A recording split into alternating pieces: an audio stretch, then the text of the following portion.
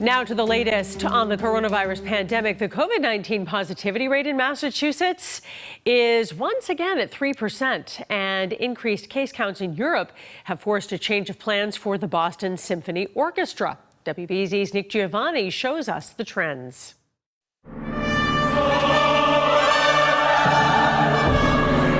Instead of playing in front of packed houses from Paris to Vienna next month, Boston Symphony Orchestra announced it's canceled its European tour in May, citing growing concerns over the recent rise in COVID numbers, both in Europe and in the United States.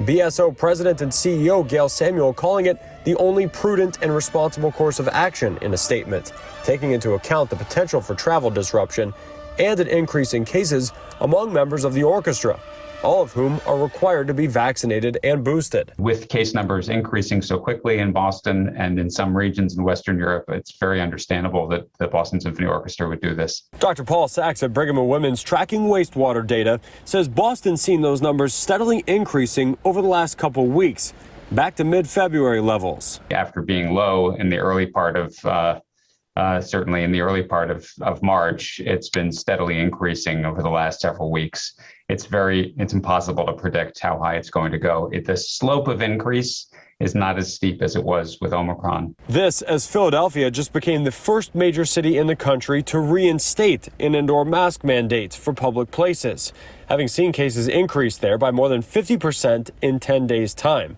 According to Dr. Sachs, it's still a bit early for Boston to consider taking a similar step. I am someone who has been favoring wearing masks indoors from the outset, and I would continue to do so in crowded areas, especially that have poor ventilation. I think people who are medically vulnerable should avoid dining indoors in restaurants and avoid going to gyms that are crowded.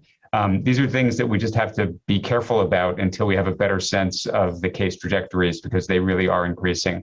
The BSO president and CEO added in that statement they look forward to returning to their devoted audiences in Europe when conditions allow.